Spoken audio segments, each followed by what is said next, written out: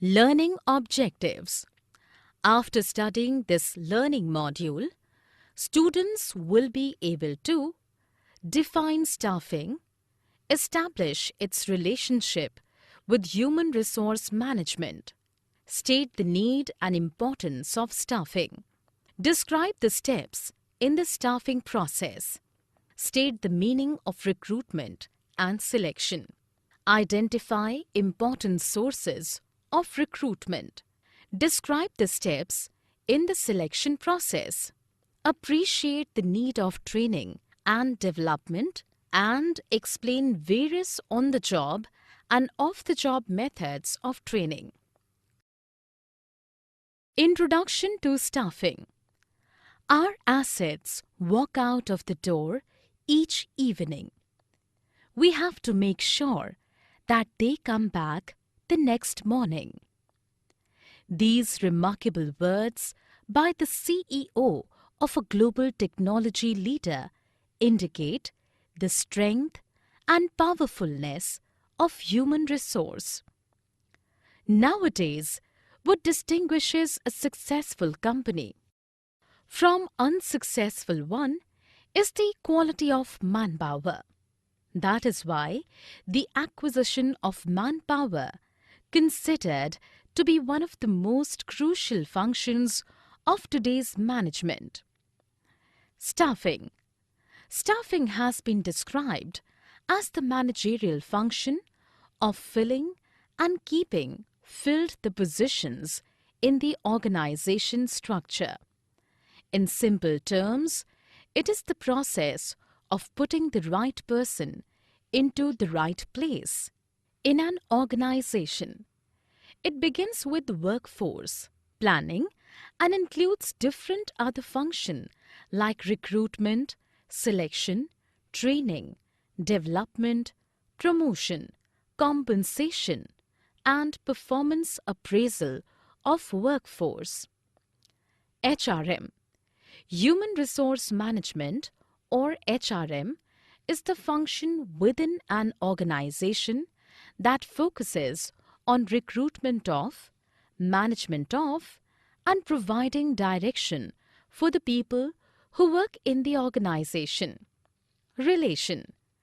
Staffing is considered to be a gap-filling function in an organization by human resource management. It is the responsibility of human resource manager to estimate the requirements of the employee and make sure that they are appointed at the right time. Responsibilities. The responsibility and function of HRM is not the mere selection and appointment of employees.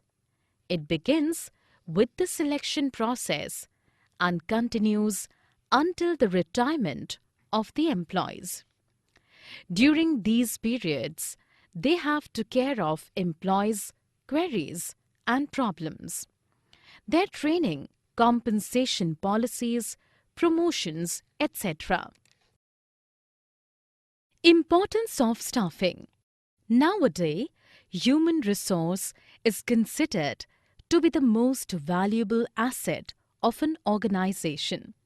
Hence, as a gap-filling process, it is recognized as the most important function performed by the human resource managers. Building healthy human relationships. Staffing function helps to build proper human relationships in the organization. Smooth human relations are the key to better communication and coordination of managerial efforts in an organization. Key to other managerial functions. Staffing function is very closely related to other managerial areas of the business. The effectiveness of other managerial functions depends on the effectiveness of the staffing function. Human resources development. Skilled and experienced staff is the better asset of a business concern. It inculcates the corporate culture into the staff, which in turn ensures smooth functioning of all the managerial aspects of the business. Long-term effect. Staffing decisions have long-term effect on the efficiency of an organization. Qualified, efficient, and well-motivated staff is an asset of the organization. Maximum utilization of resources. Proper care should be taken while doing staffing process. If right kinds of employees are not available, it will lead to wastage of materials, time, effort, and energy, resulting in lower productivity and poor quality of products. Potential contribution. Staff selection should be based on the ability of the prospective employees to meet the future challenges that the organization need to address. Therefore, the potential contribution of the staff in their anticipated future roles should also be taken into account. In staff selection. Staffing process. Identifying manpower requirements. The very first step in staffing is to plan the manpower inventory required by an organization in order to match them with the job requirements and demands. Therefore, it involves forecasting and determining the future manpower needs of the concern. Recruitment. Once the recruitments are notified, the concern invites and solicits applications according to the invitations made to the desirable candidates. Selection. This is the screening step of staffing in which the solicited applications are screened out and suitable candidates are appointed as per the requirements. Orientation and placement. Once screening takes place, the appointed candidates are made familiar to the work units and work environment through the orientation programs. Placement takes place by putting right man on the right job. Training and development. Training is a part of incentives given to the workers in order to develop and grow them within the concern. Training is generally given according to the nature of activities and scope of expansion in it. Remuneration.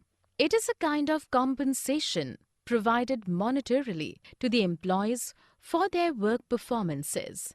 This is given according to the nature of job skilled or unskilled, physical or mental, etc. Performance evaluation. In order to keep a track or record of the behavior, attitudes, as well as opinions of the workers towards their jobs, a regular assessment is done by the superiors. Promotions and transfer. Promotion is said to be a non-monetary incentive in which the worker is shifted to a higher job demanding bigger responsibilities. Recruitment. Recruitment refers to the process of finding possible candidates for a job or a function. It may be defined as the process of searching for prospective employees and stimulating them to apply for jobs in the organization. Sources of recruitment. The sources of recruitment may be broadly classified into two categories. They are internal sources and external sources. If an employee is selected within the organization, it is internal sources. And if the selection is from outside the organization, it is external source. Internal sources of recruitment. Promotion. Business enterprises generally follow the practice of filling higher jobs by promoting employees from lower jobs. Promotion leads to shifting an employee to a higher position, carrying higher responsibilities, facilities, status, and pay. Transfers. It involves shifting of an employee from one job to another one department to another, or from one shift to another, without a substantive change in the responsibilities and status of the employee. Employee referrals. Present employees are well aware of the qualifications, attitudes, experience, and emotions of their friends and relatives.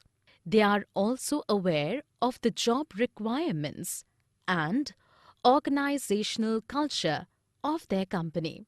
As such, they can make preliminary judgment regarding the match between the job and their friends and relatives.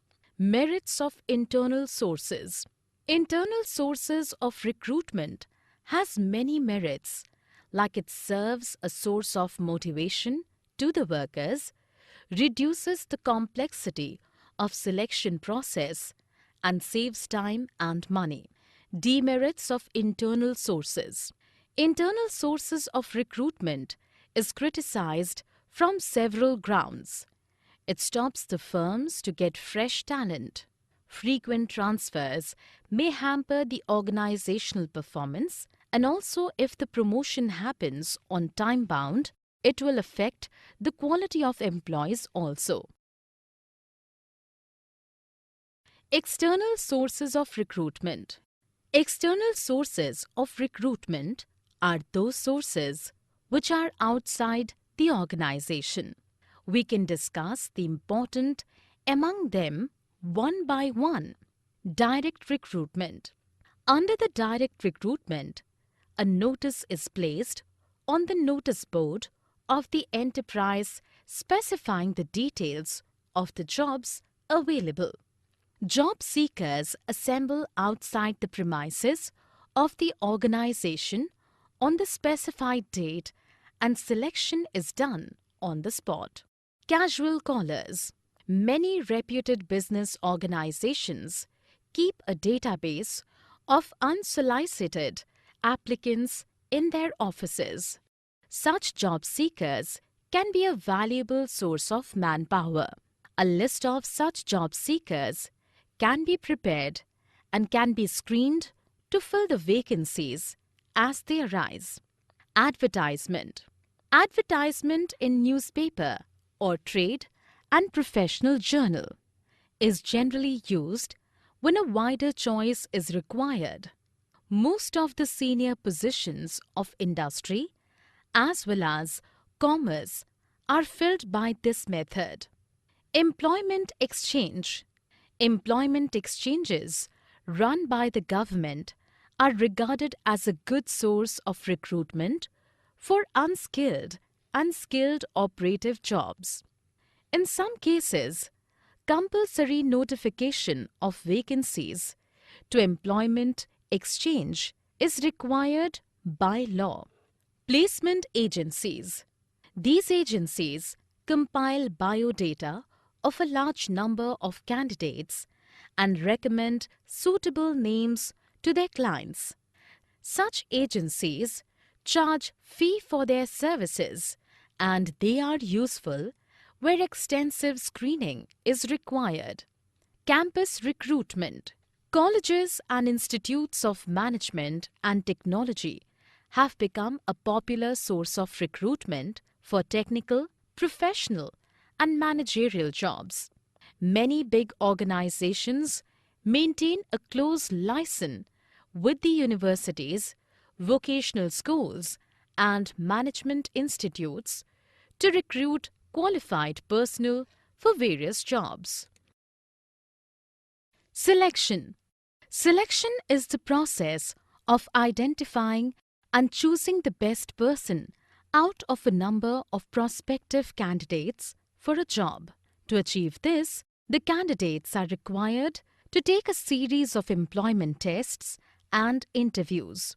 Preliminary screening. Preliminary screening is done on the basis of the information supplied in the application forms. It helps the HR department to reject unqualified applications. Selection tests.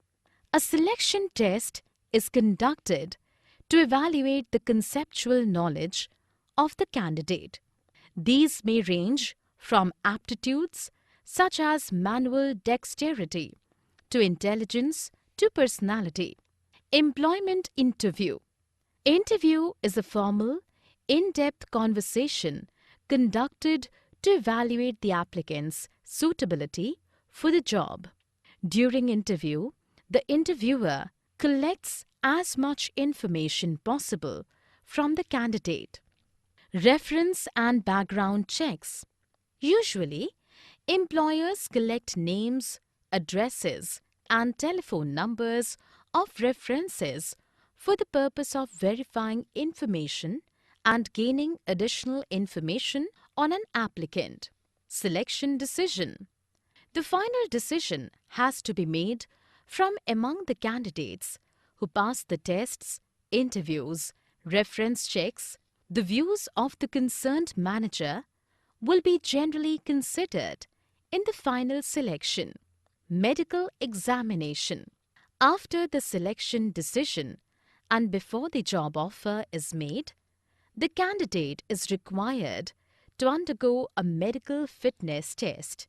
The job offer is given to the candidate being declared fit after the medical examination. Job offer. Job offer is made through a letter of appointment or confirm his acceptance. Such a letter generally contains a date by which the appointee must report on duty. Contract of employment. Employment contract is made in between the employer and the employee. This form contains certain vital details about the candidate, terms and conditions of the job, salary and perks, information and the like. Training and development. Training is the process of helping employees to improve their knowledge and skill so as to be able to perform their tasks more efficiently. The term development refers to the process of not only building up the skill and abilities, but also the overall competence of employees to undertake more difficult and challenging tasks. Importance of training and development. The employee who receives the necessary training is more able to perform in their job. The various points of importance of training are discussed below.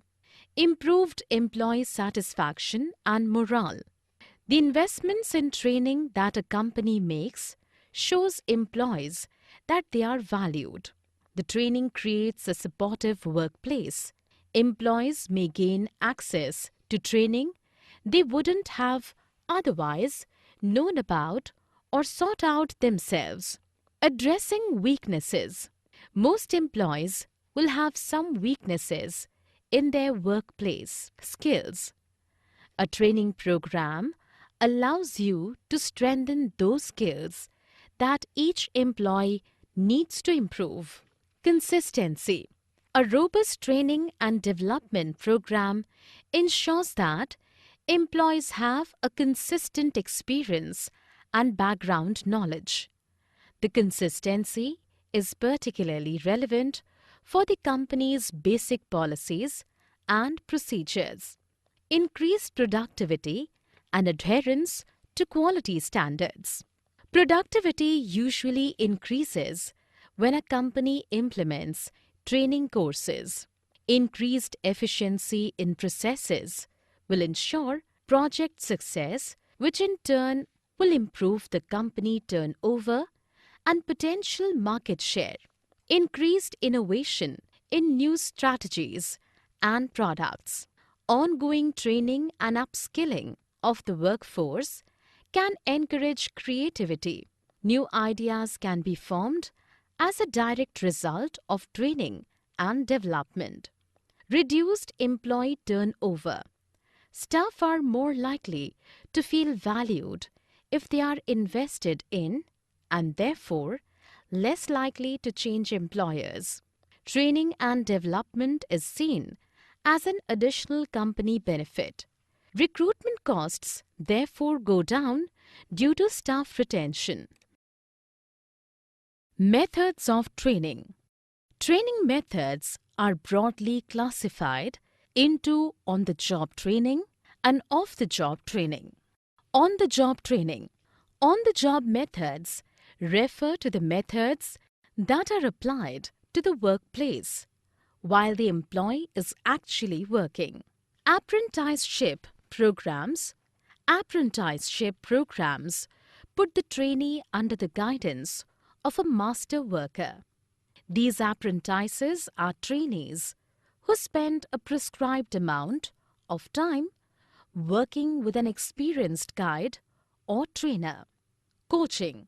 In this method, the superior guides and instructs the trainee as a coach.